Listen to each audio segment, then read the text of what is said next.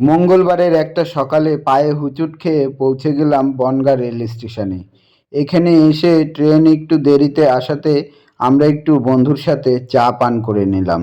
আর চায়ে চায়ে চুমুক দিতেই সকালটা কিন্তু অনেক সকালে বেরিয়েছিলাম। ঘুম সেরে একদমই সকাল সকাল যেতে হবে সেই জায়গাতে। তাই তো প্রিয় বন্ধুরা ট্রেনে বসলাম। বনগাঁ ছেড়ে বেরিয়ে যাচ্ছে 6:35 আর যাত্রী তেমন একটা নেই। ভিড় খুবই হাতে গোনা চলছে ট্রেনটি আমাদের।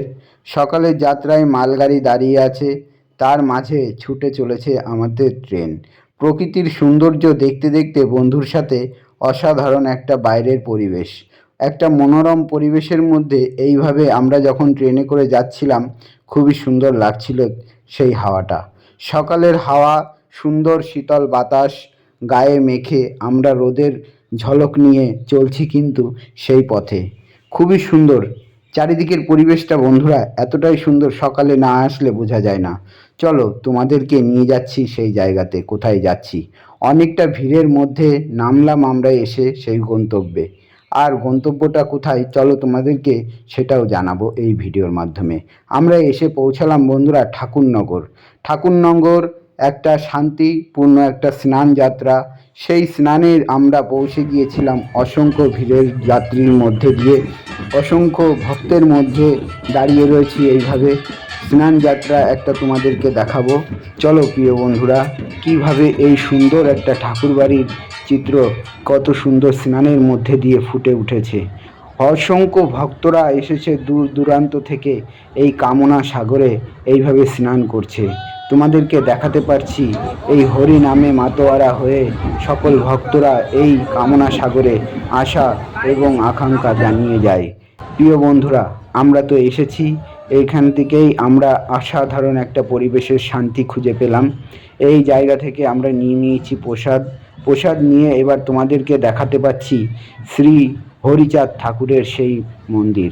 অসংখ্য ভিড়ের মাঝে কিন্তু এই আমি খুঁজে পাচ্ছি আলাদা রকমের এক শান্তি।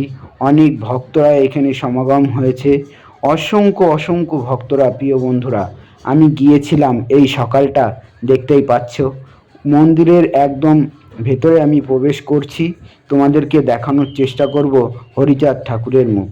আমার হাতে ছিল প্রসাদ।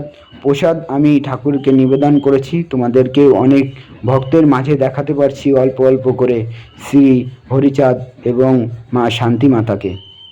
প্রিয় বন্ধুরা, তোমরা যারা ভিড়কে ভয় পাও না অবশ্যই কিন্তু তারা চলে এসো। আর যারা ভিড়কে ভালোবেসেও তুমি দেখো ভক্তের তোমার মনস্কামনা যখন ভগবানের কাছে যাইবে তুমি জানাতে, তখন কিন্তু তুমি বিফলে যাবে না, ভগবানের দর্শন তুমি অবশ্যই পারবে। প্রিয় বন্ধুরা দেখো, এখানে আমি প্রসাদ পেয়ে গেলাম, আমার হাত ভরে গুরুদেব প্রসাদ দিয়ে দিল।